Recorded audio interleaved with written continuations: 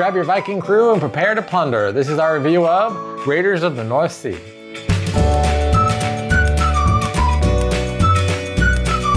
Raiders of the North Sea is a worker placement, hand management game about building the best Viking crew to raid villages. And I don't know what took us so long to play this. Yeah, I don't know what took us so long either, but I'm glad that we finally got around to it. It was a fun one. We'll tell you all about it after this quick how to play. The game is played in turns, with players choosing to either work or raid, both requiring they place a worker and then take a worker.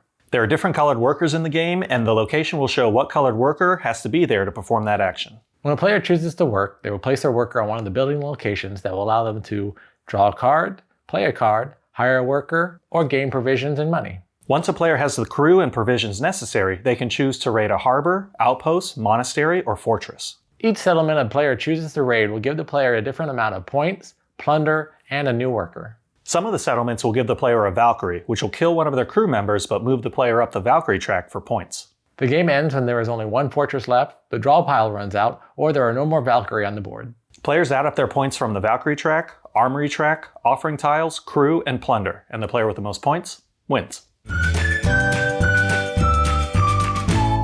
Like we said at the beginning, I don't know what took us so long to play this. We like most of the Shem Phillips games. We really love the West Kingdom trilogy. So I don't know what took so long, but I'm glad we finally did because I really enjoyed this game. I like the mechanic of placing a worker and taking a worker. And with this game, as the game goes on, you will also get different colored workers, which can then also perform better actions. So I liked all the different things that you have to think about while you're placing your worker. It's not just, ooh, I want this action. It's, I want this action, but which worker am I getting in return afterwards? Yeah, it was really funny because you called it before we played this. You were like, Lee, you're really gonna like this game.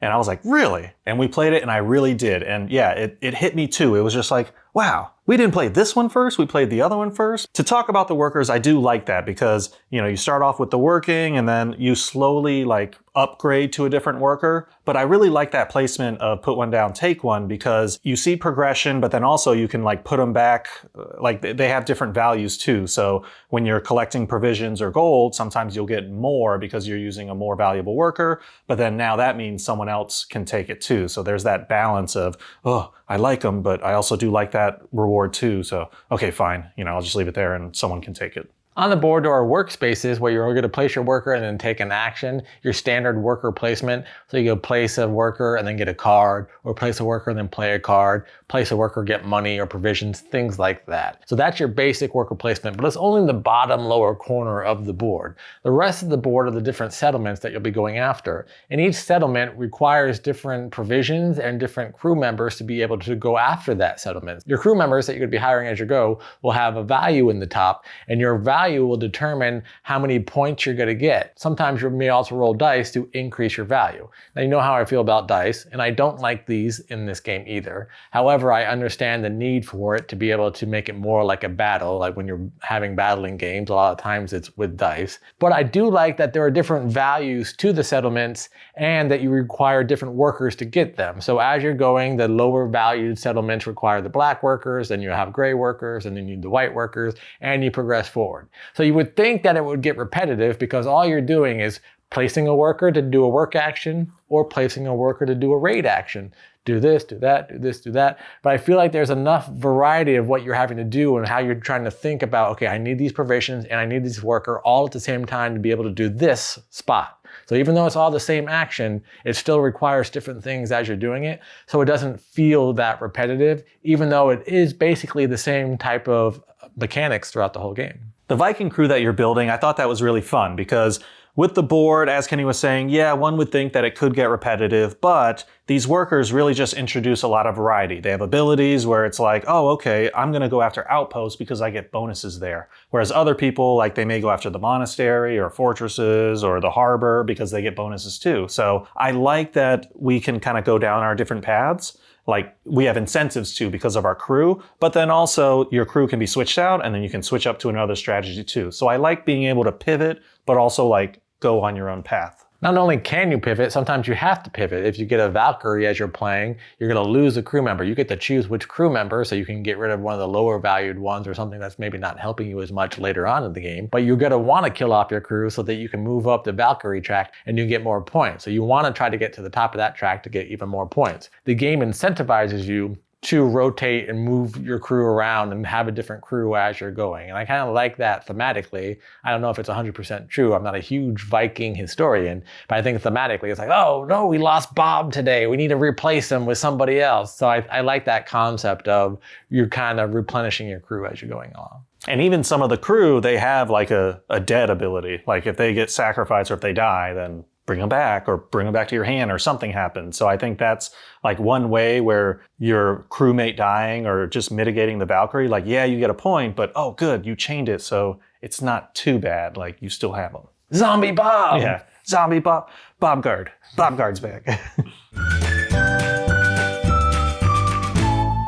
I really just like the experience because I feel like I'm just living the story, right? I'm working as a Viking real quick and then I'm building a raid. First we start at the harbor and then, yeah, we're building up to try and take down this fortress. So how everything combines, I felt like it was just one cohesive unit. The thing that I really enjoyed about this game is it's a point salad. Some people may not enjoy that because some people are hit or miss as far as the point salad. You may not always know who's in the lead or whatever. But I like that there are 3 different tracks. You have your normal scoring track, you have the Valkyrie track, you have the armory track. Plus you can get points from the offering tiles, plus some of your crew members can give you points, plus you get points from leftover plunder. So I like that there's lots of ways that you can add up points. Oh, I'm getting a lot of the Valkyrie. I'm gonna move up the Valkyrie track. I'll have 15 points from that. Or, oh, I'm gonna make sure I have all the armor so I can get 6 points from that. So even though I may be 10 points behind on the normal track, actually when you add in my other points, I'm gonna actually be ahead. So I like that you can have lots of different strategies to get lots of different points while playing. What did you not like about this game? So I will say the one thing that kind of threw me off was as you progress and then you got like, let's say a white worker that lets you like attack fortresses, some of the spots in the working, it was actually a lower value for placing the worker there. And I was thrown off by that a little bit. I was like, no, it should be more all the time, but I'm sure there was a reason. The thing that I didn't like the dice. I already mentioned it,